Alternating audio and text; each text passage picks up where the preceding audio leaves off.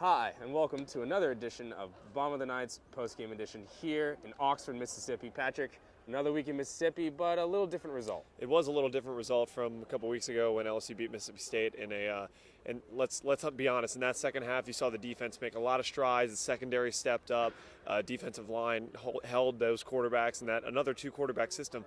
But against Ole Miss, that wasn't really the same equation that we saw on the field. Really thought this defense had stepped up these past 6 quarters or so, but these Ole Miss Rebels really show that this defense still has a long way to go to make really any noise in the SEC. But not even just looking at the defense, you can't entirely blame the defense when the first half started off with 3 Zach Mettenberger interceptions, which is just incredibly unlike the Zach Mettenberger we've seen all year. Well, Zach was double clutching the whole game. He was throwing into double coverage, sometimes even triple coverage.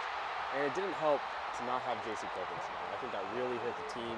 He's critical in those, and ones and twos down near the goal line. Blocking for the running backs. Absolutely. And Mettenberger threw 2 interceptions in the end zone.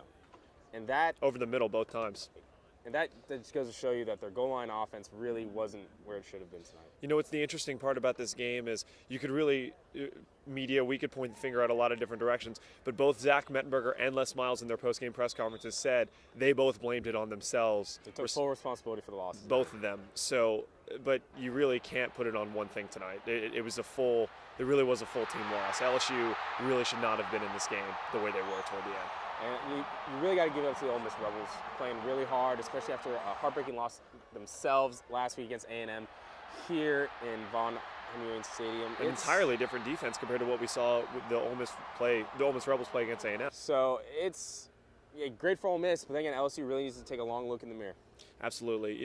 There's still a lot of some bright spots to look forward to for the future on the defense. Lamar Lewis had a great game. Ronald Martin had a career high in tackles. Tre'Davious White, again, had some stellar tackles. But the unit is just not coming together the way it needs to be for LSU right now. And in a crazy weekend for the SEC, it's Alabama, Missouri, and now everybody else, which I'd never thought I'd say.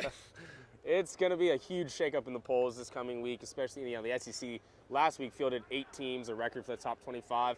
We'll see what happens. Absolutely. It's been a crazy weekend. Let's finally close it out. All right. Thank you for watching this exclusive post-game segment of the Bottom of the Ninth here on campus in Ole Miss in Oxford, Mississippi.